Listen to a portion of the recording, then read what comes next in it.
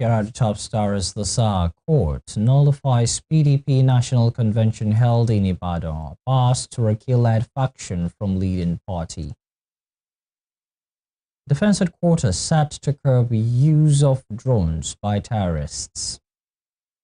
Senate fixes March 17 for final consideration and passage of 58.4 trillion naira 2026 appropriation bill.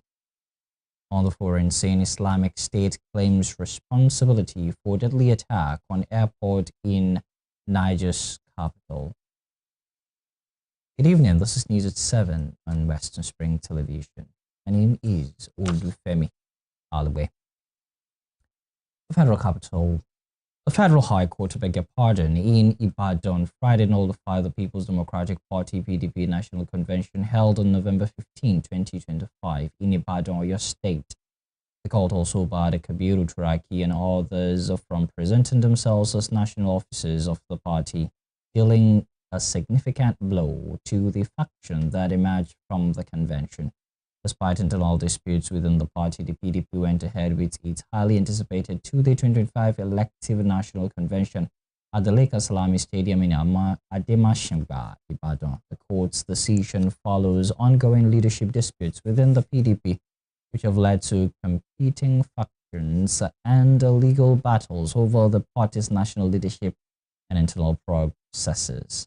Reacting to the ruling in a statement posted on the PDP's X-handle on Friday, the party's National Publicity Secretary, Ini Ememabong, said the PDP is awaiting the final pronouncement of the appellant courts, which it believes will uphold its position.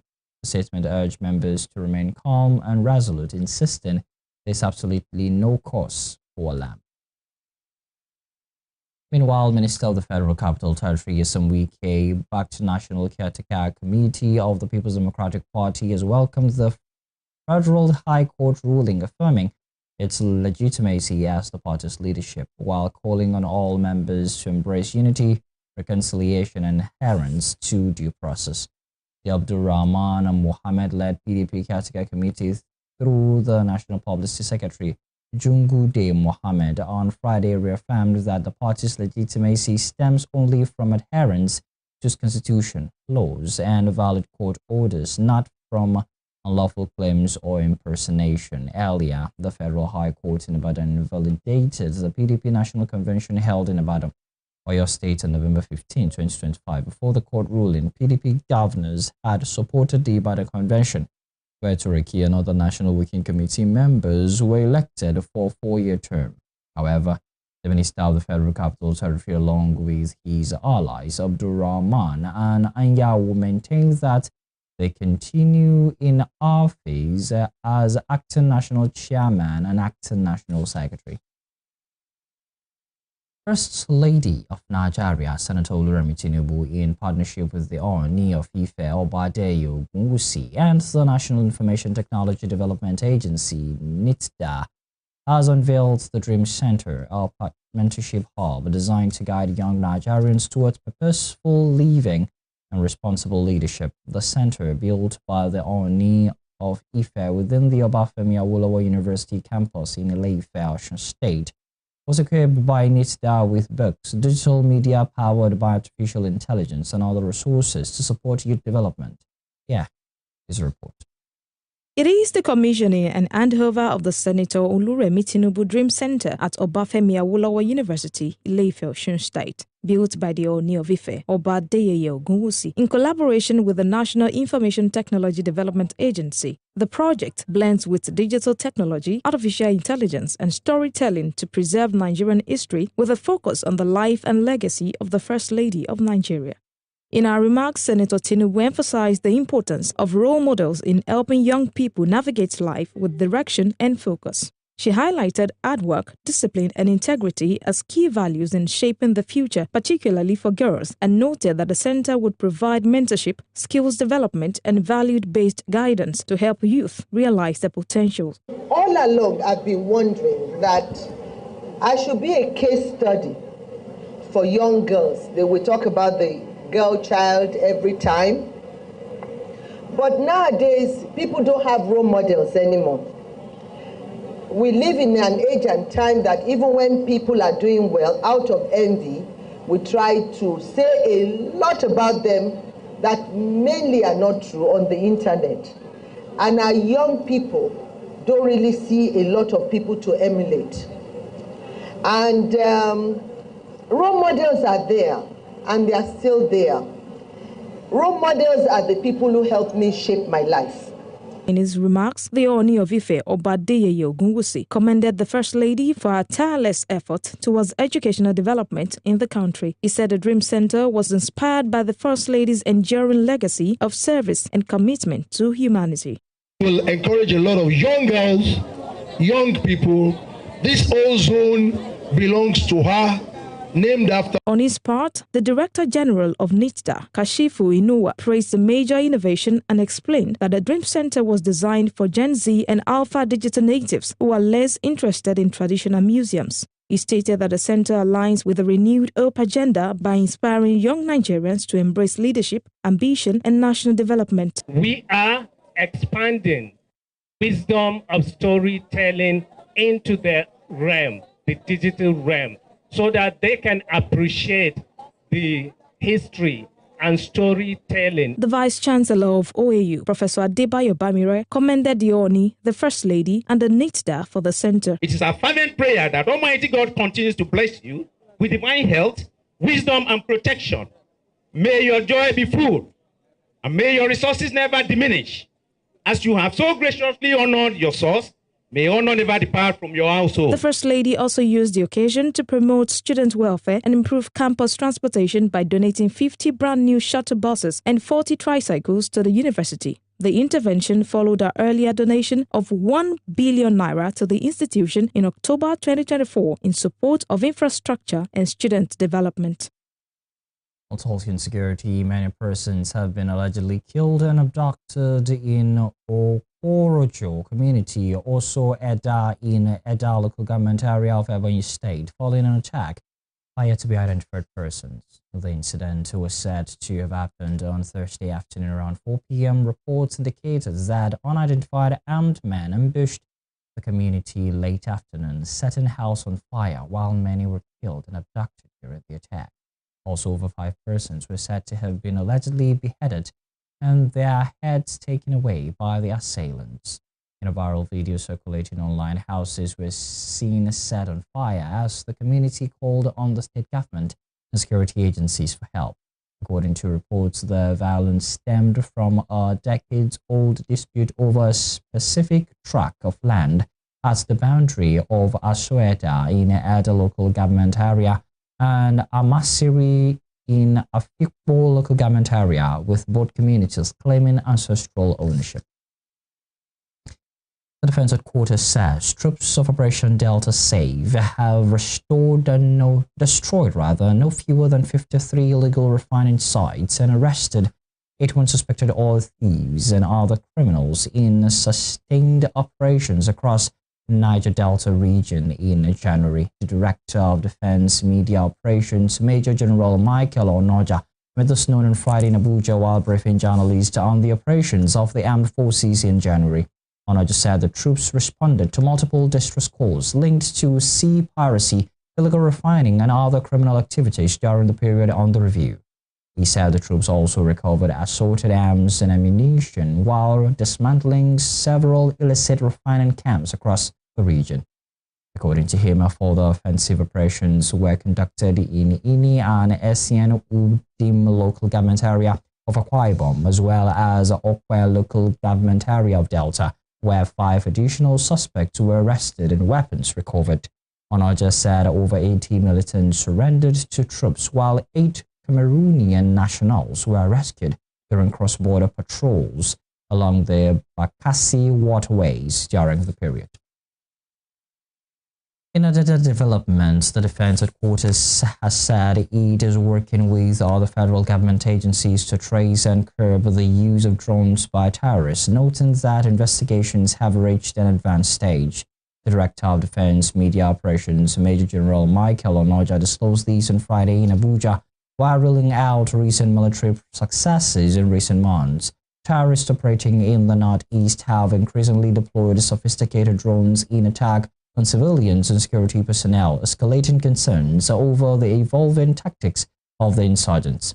The use of advanced drone technology by terrorist groups has raised questions among security experts and the public about how the weapons are being sourced and the channels through which they are entering the country. Speaking on the matter, Onoja said measures were being taken in collaboration with relevant agencies to identify the sources of the drones and stop their deployment by non-state actors. According to him, concrete actions are expected to emerge in the coming days or months.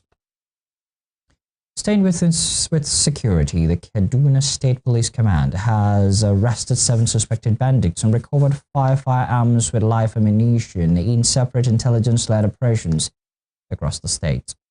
According to a statement issued by the Kaduna State Police Public Relations Officer Mansur Hassan, the arrest followed credible intelligence received by the command on January 28, 2020, indicating that 5 individuals were in possession of prohibited firearms. He explains that acting on the information, detectives from the anti-car theft section of the State Criminal Investigation Department swiftly carried out an operation that led to the arrest of Yusuf, Ahmed Umar, Abdullahi Mohammed, Ahmed Jazuli, and Mukhtar Bashir. During the operation, police recovered 1 English-made AK-47 rifle with 2 fully loaded magazines, 2 English Beretta pistols with a fully loaded magazine, and 1 locally fabricated Beretta pistol containing 7 rounds of live ammunition. According to the statement, the suspects were in police custody while investigations continue to uncover all the criminal networks linked to them. The indigenous people of Biafra IPOB has declared Monday, February 2, 2026, a seat at home across the southeast comprising Anambra, Abia, Enugu, Ebonyi, and Imo states, saying the action is in solidarity with traders at the Onitsha main market. Anambra State Governor Chukwuma Soludo on Monday ordered the closure of the Onitsha main market for 1 week, citing continued observance of the seat at home declared by IPOB since July 30. 2021.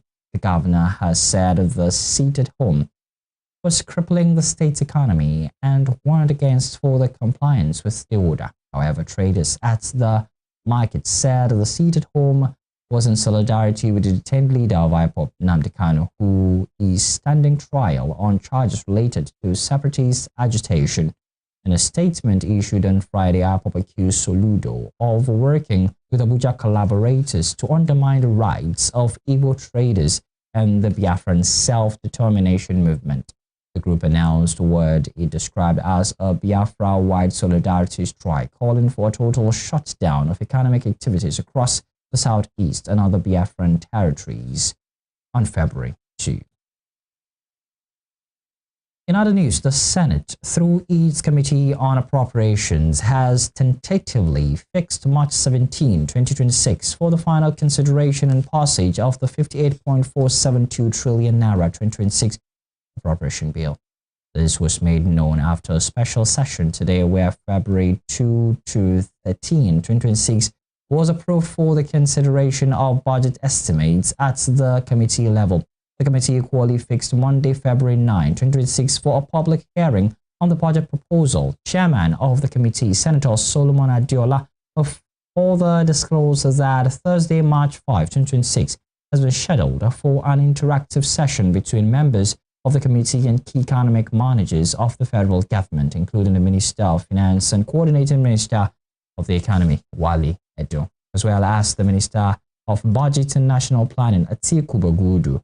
According to him, February 16 to 23, 2026 has been earmarked for the submission of reports on budget defense by various standing committee chairmen ahead of the presentation of the Appropriations Committee's report to the Senate on March 17.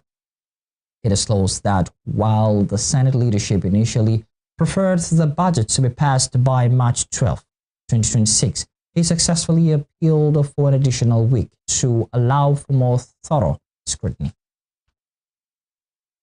The Minister of the Federal Capital Territory, Wike, has applied for a National Industrial Court order to commit the striking workers of the Federal Capital Territory Administration to prison over their alleged disobedience of the court order.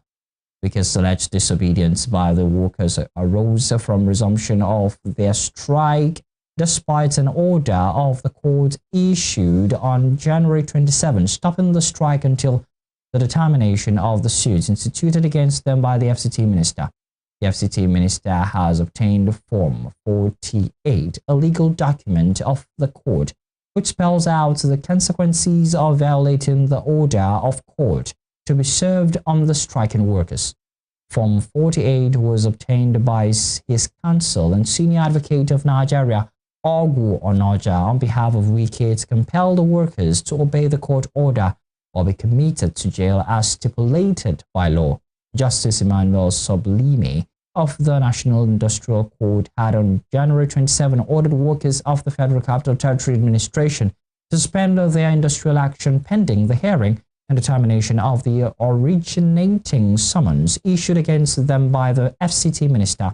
The order of the judge followed an application by the FCT through Oguonoja, in which he sought an order of court compelling the striking FCTA workers to return to work.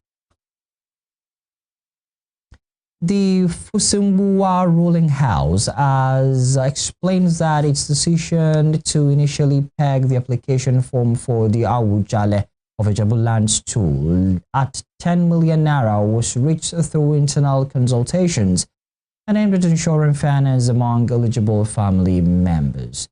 The Oloriebi of the ruling house, Otumba Lateef Owoyemi, gave the clarification on Friday during an interview as controversies continue to trail the stalled Awujale's succession process. Owoyemi said the decision followed a general meeting of the family where members agreed that prospective candidates should contribute towards the logistics of the nomination process, a practice he described as common in Yoruba traditional institutions.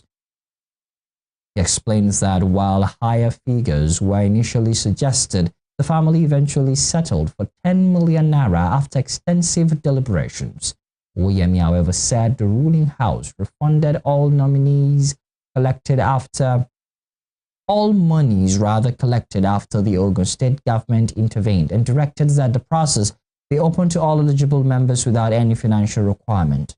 It disclosed that the refund were completed within 3 days and formally communicated to relevant government officials. Reacting to allegations that the Awujale's tool was being commercialized, Owoyemi dismissed the claims, insisting that the money was meant strictly for administrative expenses and not personal gain. Still to come, Governor Babajide Sanwo-Olu appeals to individuals and organizations to support government's dream of sustaining security of lives and properties in the state through Lagos State Security Trust Fund. We'll bring you more on this